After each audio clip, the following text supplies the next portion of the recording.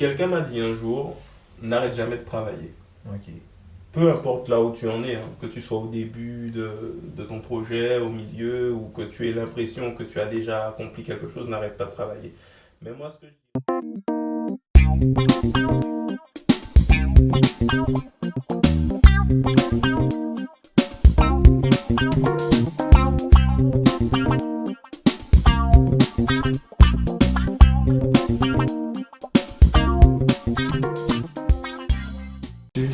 Bonjour Stéphane, ça va super et toi? Ça va très bien, super bien. Je suis content de te recevoir aujourd'hui au centre de coworking Ereza. C'est la première fois que je viens, mais j'ai connu sur les réseaux sociaux. Big up à mon gars Sadik aussi qui est impliqué dans l'aventure. Ok. Donc ouais, c'est cool d'être là. Donc, présente-toi vite fait. Ok, bah, je vais regarder une des caméras. Vas-y. Tu m'as dit de faire comme si elles sont pas là, mais bon, Voilà, comme bah, faut se présenter aux gens, Voilà. on va en choisir une. Donc moi c'est Chris KRYS, de mon vrai nom Pedro Piracas. Donc je suis un artiste et producteur guadeloupéen. Comment tu as commencé dans la musique? Pourquoi tu as commencé dans la musique? Parle-nous de tes débuts. Je pense que l'endroit où j'ai grandi a beaucoup influencé le fait que je fasse de la musique. Puisque donc j'ai grandi à Loricisque, c'est un quartier de Pointe-à-Pitre où les cultures urbaines sont très présentes. Il y avait beaucoup de rap, beaucoup de hip-hop, beaucoup de danseurs, beaucoup de graffeurs.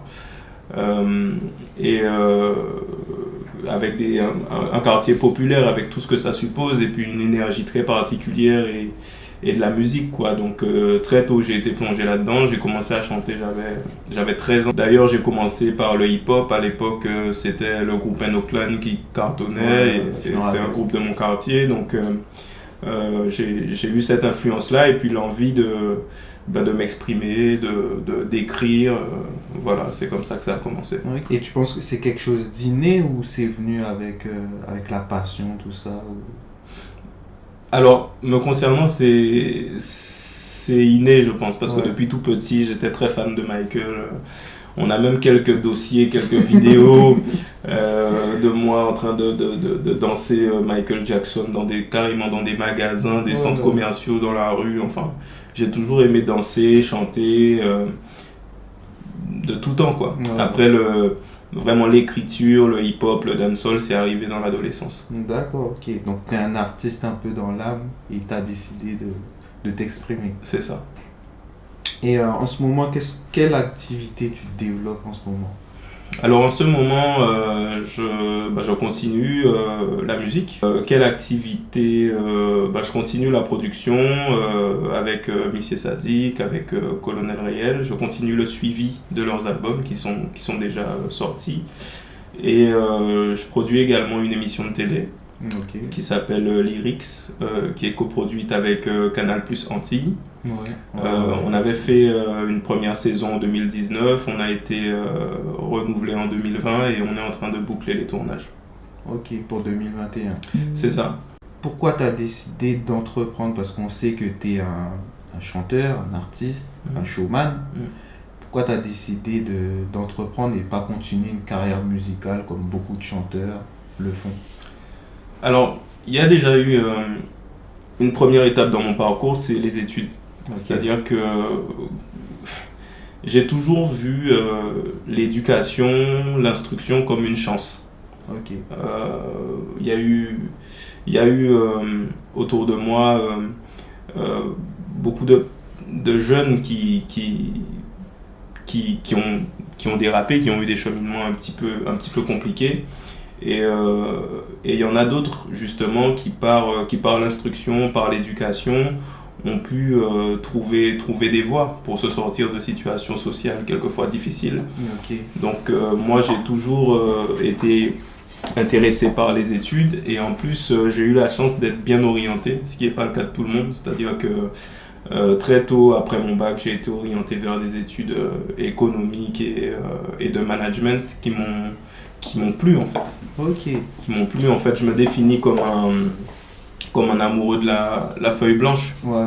Dans le sens où créer une chanson, créer un projet, créer une entreprise, partir de rien, d'une idée et aboutir à quelque chose, c'est ce qui me passionne. Donc en fait, Donc j'ai fait des études de commerce, une école de commerce.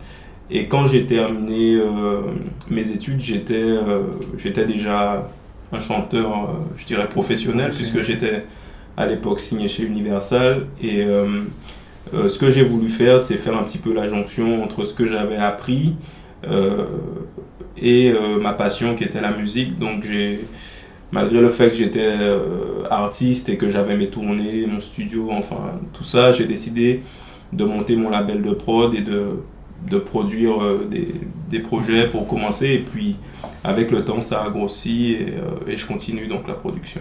En plus, tu m'as bloqué sur une question. J'allais te demander si tu es plutôt scolaire ou autodidacte, mais à ce que je vois, tu es très scolaire.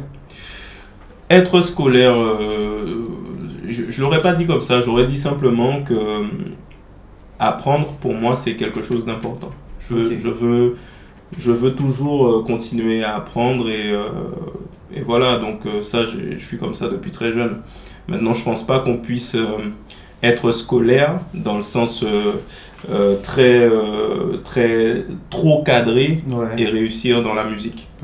Parce que par définition il faut savoir innover, sortir des sentiers battus, donc je pense simplement que c'est le fait d'apprendre des choses qui m'a le plus intéressé. On m'a dit en off que tu lisais. Quel type de livre tu lis? Alors, j'aime les biographies. Ok. Par exemple, là, Barack Obama vient de sortir un nouveau livre. Je sais que c'est ma prochaine lecture. Ok. Je lis beaucoup de revues économiques. Ouais. Ah ouais. Alors, ça me fait rire parce que quelquefois... j'allais dans des prestations, je prenais le train gare du Nord, gare de Lyon pour aller chanter dans des villes en France et on s'arrête au niveau des kiosques, des commerces et mon manager, mon DJ, il me voit m'arrêter et prendre des revues de management et tout. Il dit, mais le mec il va chanter, regarde ce qu'il prend. Voilà, c'est moi, je suis businessman en toi. Je suis tout ça, ça m'intéresse. Voilà. Je m'intéresse beaucoup justement à l'actualité économique aussi, parce que on vit dans un monde qui est hyper turbulent et c'est intéressant de chercher à le comprendre, même si on ne comprendra pas tout. Donc j'aimerais savoir si tu as été soutenu par ton entourage. Est-ce que ça a été dès le début ou ça a été quand tu as commencé à monter? Alors, au niveau de ma famille, déjà, mes parents étaient rassurés parce que l'école, ça allait. Mais un jour, je me souviens que mon père avait dû m'amener près d'un son de système parce que c'était super loin et j'avais raté le wagon avec mes amis. Donc je l'ai supplié de m'amener. Il m'a ramené lorsqu'il a vu où il m'amenait. Il a flippé. Mais bon, après, il m'a dit, bon, je te fais confiance, voilà. Ils m'ont fait confiance, donc ça, c'est une forme de soutien. Après, oui, je pense que j'ai pas à me plaindre de mon entourage. C'est vrai que je suis pas quelqu'un de très influençable. En général, quand j'ai une idée en tête... elle est dans ta tête, elle est pas ailleurs. Voilà, on peut pas trop me dévisser de mes objectifs. J'aimerais savoir si tu as eu des difficultés dans ton parcours d'entrepreneur, de chanteur. Est-ce que tu as des difficultés, mis à part le Covid? Beaucoup. Oui, mais je pense que comme je dis souvent, ça fait partie du show. Ça fait partie du show. Bon, ma carrière d'artiste, elle a été mouvementée. J'ai eu des coups durs, j'ai eu des gros succès aussi. Et bon, je pense que tout ça fait partie de... Il y a quelqu'un qui m'a dit un jour que les grosses bénédictions amènent des grosses épreuves. Et bon, donc c'est pour ça qu'il faut rester mobilisé, quoi. Il faut pas se lamenter, faut continuer à avancer, même quand on traverse des moments vraiment compliqués, on voit pas comment on va s'en sortir. Ça m'est déjà arrivé de traverser des moments vraiment difficiles. Je gardais la foi, comme on dit. Déjà par rapport à ma spiritualité, je crois en Dieu, donc j'ai la foi, mais la foi aussi en soi. Soi, en ses capacités de se sortir de ces situations-là et pour rester mobilisé, continuer à travailler. Pourquoi tu as décidé, on va dire, de rester aux Antilles? Il y a beaucoup d'artistes qui partent dans l'Hexagone, en France ou ailleurs. Pourquoi tu as décidé de rester sur ton île? Mais moi j'étais en France, je suis revenu il y a 2 ans. Donc je suis resté quand même 10 ans en France, c'est-à-dire qu'en France hexagonale. Ouais. En fait, quand j'ai terminé mes études à Montpellier, sur la fin de mes études, j'étais en contrat chez Universal. Donc par rapport à ça, je me suis installé à Paris et j'ai fait ma carrière entre Paris et les Antilles, mais en étant basé plus là-bas. Pourquoi t'es revenu? Pourquoi ce retour? Je suis revenu parce que j'ai eu un bébé. Ok, d'accord. J'ai eu ma petite fille et je ne me voyais pas élever mon enfant en France. Okay. Voilà. Donc, par rapport au climat? Par rapport au climat, par rapport au fait que ses grands-parents sont ici, sa maman est guadeloupéenne comme moi-même, donc on a pris la décision de faire notre vie de famille ici et on est bien content parce qu'entre-temps il y a eu le Covid. Et puis le fait de voir un enfant s'épanouir auprès de sa famille et puis même le contact avec la nature et aussi avec qui on est, quoi. Donc non, c'est une décision familiale. Puisque niveau business, c'est vrai que c'était plus intéressant pour moi d'être en France. Parce que j'avais tissé des liens, un réseau qui était intéressant pour moi en tant qu'artiste, mais aussi pour les artistes que je produisais. Puisque comme j'ai décidé de produire que de la musique de chez nous, y compris de la musique de chez nous capable de s'exporter, comme Colonel Riel,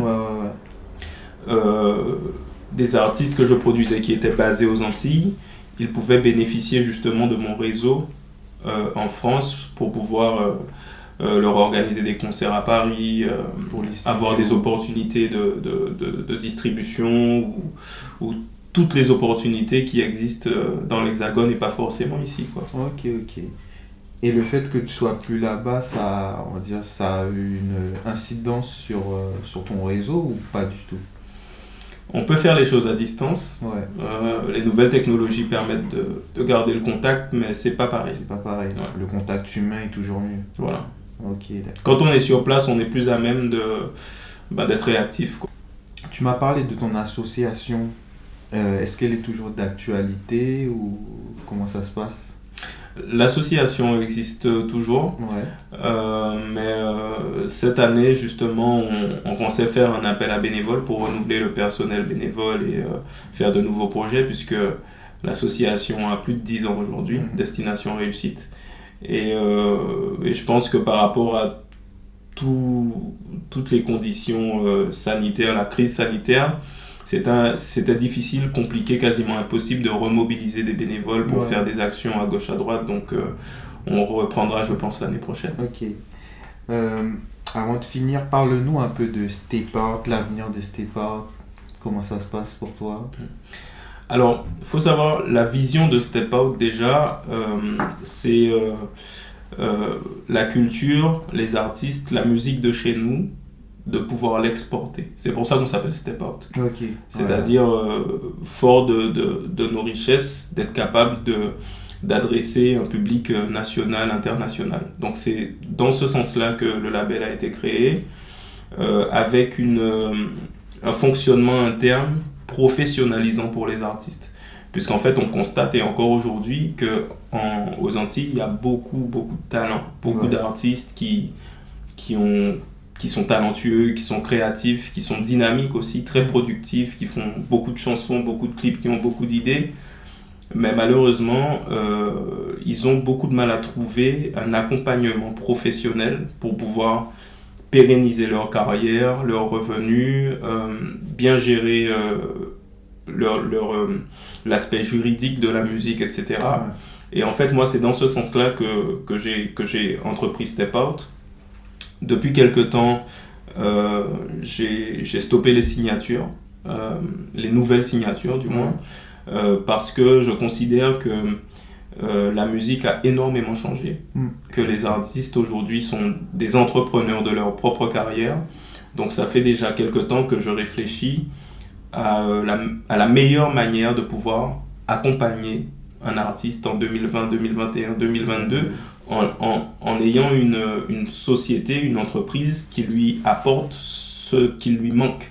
Parce que pour être très concret, il y a 10 ans de ça, quand on disait à un artiste qu'on pouvait le faire travailler dans un studio pro, etc., les moyens techniques, par exemple, c'était intéressant pour lui. Aujourd'hui, tu dis à un artiste que tu vas l'amener dans un studio, il te dit « Ouais, non, mais il n'y a pas de problème, le studio, j'en ai un chez moi, il y en a un là, il y en a un là, j'ai pas de problème pour le studio, j'ai pas de problème pour faire ma musique, j'ai pas de problème pour faire mon clip. Non, ce dont j'ai besoin, c'est de solutions de distribution, de visibilité, d'encadrement, voilà. Mais pas pour faire la base artistique, ils n'ont plus besoin du même accompagnement. Ça veut dire quoi? Ça veut dire que le métier de producteur ou de manager, il a beaucoup changé, il a beaucoup évolué. Et je dirais même que le producteur, comme ça existait avant, ce métier, il est fini en fait. Obsolète. Il est obsolète. On a les artistes, ils sont leurs propres producteurs, ils savent comment faire pour faire de la musique, pour enregistrer, faire mixer leur son, même les solutions basiques de distribution en ligne, ça, tout le monde maîtrise. Donc les besoins d'accompagnement sont complètement différents. Donc en fait, mon objectif pour Step Out, c'est d'être en mesure en 2022 de proposer des solutions qui correspondent aux besoins des artistes et surtout de pouvoir agir à un plus large niveau. C'est-à-dire que par rapport au modèle que j'avais avant, je pouvais accompagner 4-5 artistes et c'est déjà beaucoup pour une petite structure. Mais mon but justement, c'est d'aller plus loin et d'accompagner plus de personnes. Et je parle de 2022 parce que le fait d'avoir un peu ralenti sur le côté production, c'était pour me pencher sur ma musique. C'est la première fois, je crois, depuis que j'ai commencé à chanter, que je fais un album à 100% ici en Guadeloupe. Voilà, donc les vibrations sont complètement différentes, l'inspiration est différente. Et quel conseil tu donnerais à quelqu'un qui veut entreprendre? Quelqu'un m'a dit un jour, n'arrête jamais de travailler. Peu importe là où tu en es, que tu sois au début de ton projet, au milieu, ou que tu aies l'impression que tu as déjà accompli quelque chose, n'arrête pas de travailler. Mais moi, ce que je dirais, dans les temps actuels, je conseillerais de jamais arrêter d'apprendre. Parce que le monde change vite. D'ailleurs, la musique en est un très bon exemple. Parce que voilà, tout est bouleversé dans la musique. Tous les 6 mois, le paradigme change complètement. Donc, jamais arrêter d'apprendre. Et puis, voilà, de toujours garder un mental conquérant. Parce que c'est pas toujours facile, mais bon, les épreuves et même les échecs font partie de la démarche de réussite. Donc il faut pas se décourager parce que souvent, lorsqu'on passe à côté de ses objectifs, ça se passe là, avant. Voilà, donc tant que tu es en vie, le jeu n'est pas fini, donc continue. Ok. En gros, l'échec n'existe pas et avance tant que tu es debout. C'est ça. Ok, super. Et pour finir, j'aimerais avoir ton expression créole préférée. Waouh. Alors, tu sais quoi, je vais innover. On aime ça, les artistes. Je vais innover. L'expression que je vais dire, c'est chaud même. Alors, pourquoi je dis chaud même? Chaud même, ça veut dire plein de choses. Chaud même, ça veut dire de rester chaud, de rester motivé. Voilà, chaud même. Là, t'as tout dit, là. Ok. Yes, et donc, même si vous me voyez pas, je suis toujours chaud. Toujours chaud. Yes. Vous avez entendu, il est toujours chaud. C'est connecté. Et je vous dis à très bientôt. Salut Business au pays. Big up.